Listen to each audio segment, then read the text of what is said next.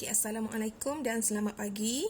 Okey, jadi pelajaran kita pada hari ini ialah punca masalah asas ekonomi.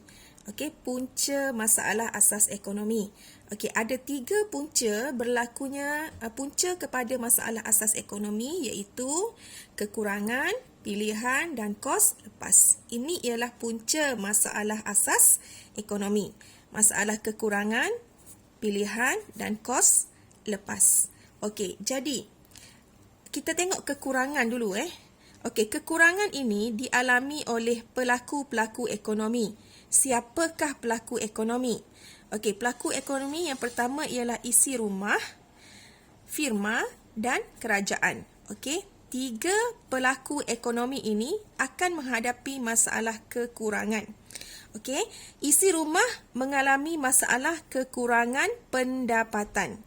Okey, isi rumah mengalami masalah kekurangan pendapatan. Okey, bila dia mengalami masalah kekurangan pendapatan, okey, maka dia terpaksa membuat pilihan. Okey, dah pendapatan kurang, dia tak boleh nak mendapatkan semua barang dan perkhidmatan yang dia perlu ataupun yang dia nak. Jadi, dia akan membuat pilihan. Okey, pilihan antara 2 jenis barang. Contoh, dia ada duit sebanyak RM2. Okey, RM2 sama ada dia boleh beli 1 bungkus nasi berharga RM2 ataupun karipap, 6 biji karipap dengan harga RM2. Okey, dia tak boleh beli dua-dua sebab duit dia cuma ada RM2. Jadi dia kena pilih salah satu. Okey, jadi tu cikgu nak terangkan, bila berlaku masalah kekurangan, maka kita terpaksa buat pilihan. Macam isi rumah tadi, dia mesti buat pilihan sama ada nak beli nasi lemak ataupun nak beli karipap.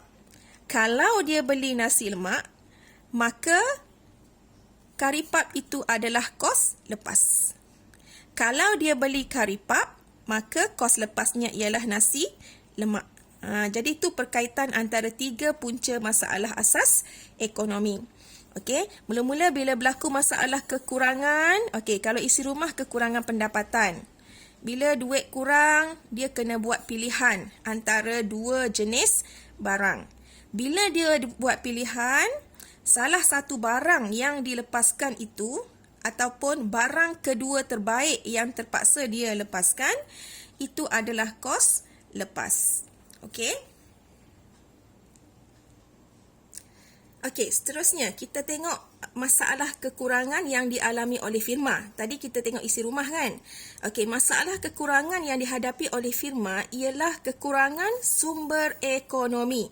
Sumber ekonomi semalam kita dah belajar ada 4, buruh, tanah, modal dan usahawan. Okey, jadi firma, katakanlah firma tu dia ada sebidang tanah.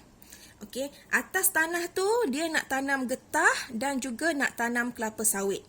Okey, dia nak tanam getah ataupun kelapa sawit. Tetapi disebabkan dia kekurangan buruh, maka dia hanya boleh tanam salah satu sahaja. Sama ada nak tanam getah ataupun tanam kelapa sawit. Okey, jadi kalau firma itu memilih untuk bila wujud masalah kekurangan tadi kan, kurang buruh kan, dia nak tanam getah dengan kelapa sawit, tapi buruh dia kurang.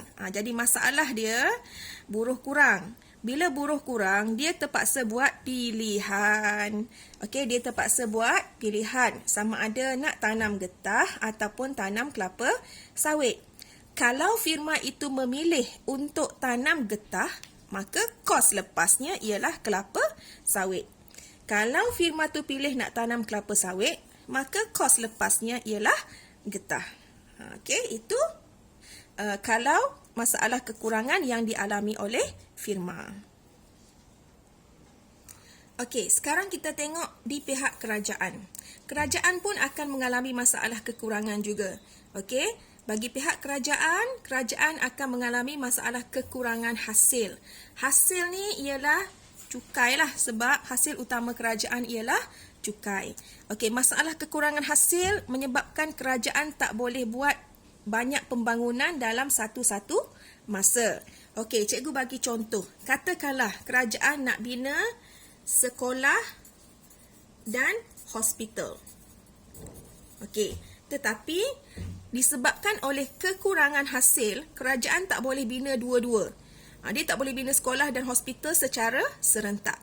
Jadi disebabkan mengalami masalah kekurangan hasil, kerajaan akan buat pilihan. Akan buat pilihan. Apa dia pilih? Dia akan buat pilihan sama ada dia nak bina sekolah ataupun hospital. Okey, bila dah buat pilihan, maka akan wujud kos lepas. Okey, kalau kerajaan pilih untuk bina sekolah, kos lepasnya ialah hospital. Kalau kerajaan pilih untuk bina hospital, kos lepasnya ialah sekolah. Okey. Jadi, kesimpulannya, daripada punca masalah asas ekonomi, okey, bermula dengan masalah kekurangan. Isi rumah kurang pendapatan, firma kurang sumber ekonomi, kerajaan kurang hasil. Okey, bila wujud masalah kekurangan, maka setiap pelaku ekonomi akan buat pilihan. Okey, setiap pelaku ekonomi akan buat pilihan. Bila dia buat pilihan, dia akan melepaskan barang kedua terbaik. Barang yang dilepaskan itulah yang kita panggil kos lepas. Okey.